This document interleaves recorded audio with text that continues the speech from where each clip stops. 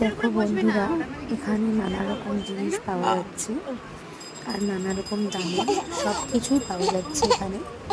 যেরকম তোমার ঠাকুরের পুজোর সব কিছু কম দামে। তো এগুলো কিন্তু শিবগুলো আসল পাথরের নয়, তো আসল মার্বেল নিতে গেলে অন্য জায়গা থেকে নিতে হবে। এখান থেকে আমরা শিব নিলাম, তোমার যেদিনকার বসাবো সেদিনকার আপনাদের সাথে শেয়ার করব।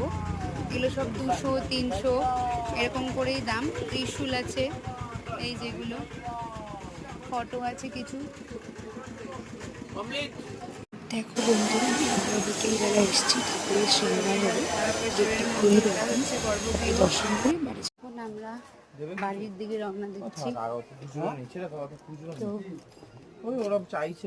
এখানেই আমার ব্লগটা আমি শেষ করলাম। তো দাদা, ওই যে বলে না, শেষ হয়েও হইল না শেষ। আমার ছেলেরও ঠিক তাই অবস্থা।